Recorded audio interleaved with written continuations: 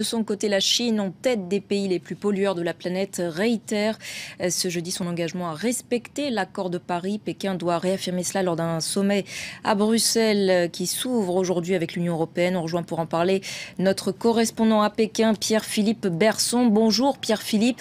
La Chine l'a donc Bonjour. répété, pas question de suivre l'exemple américain.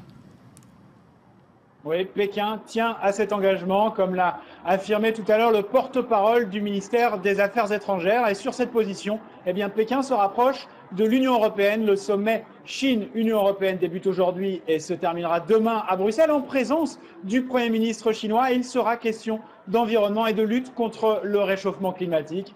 Et de sources diplomatiques, la déclaration commune qui devrait être annoncée demain en clôture de ce sommet, eh bien, devrait être une nouvelle fois une façon de réaffirmer l'engagement de l'Union européenne comme de la Chine pour cet accord climat. Alors il s'agit d'un virage majeur du côté chinois. Jusqu'à présent, eh bien, Pékin s'alignait plutôt sur les positions américaines. Durant toute l'administration Obama, Pékin et Washington ont travaillé de concert. Et d'ailleurs, les deux plus gros pays pollueurs de la planète, la Chine et les États-Unis, avaient été les acteurs majeurs de la signature de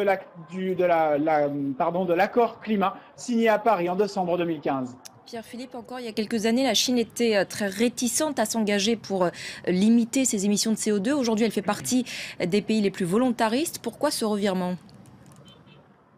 Oui, c'est une conversion très récente. Jusqu'à très récemment, la Chine ne souhaitait pas d'accord contraignant sur la réduction des gaz à effet de serre, comme par exemple lors de la conférence climat de Copenhague en 2009, où la délégation chinoise avait été accusée eh bien, de faire traîner et de quasiment faire échouer ces négociations. Mais la question environnementale est devenue tellement problématique en Chine chaque année. Plusieurs centaines de milliers de personnes décèdent prématurément des suites de maladies liées à la pollution, que cette question de l'environnement eh génère une sorte de frustration, de colère sociale. Et c'est là la hantise des autorités chinoises de voir le régime déstabilisé par ces questions qui ont trait à la pollution industrielle, des nombreux scandales alimentaires. C'est pour cela que les dirigeants chinois ont fait depuis quelques années cette question environnementale l'une de leurs priorités. Merci beaucoup Pierre-Philippe pour toutes ces précisions depuis Pékin.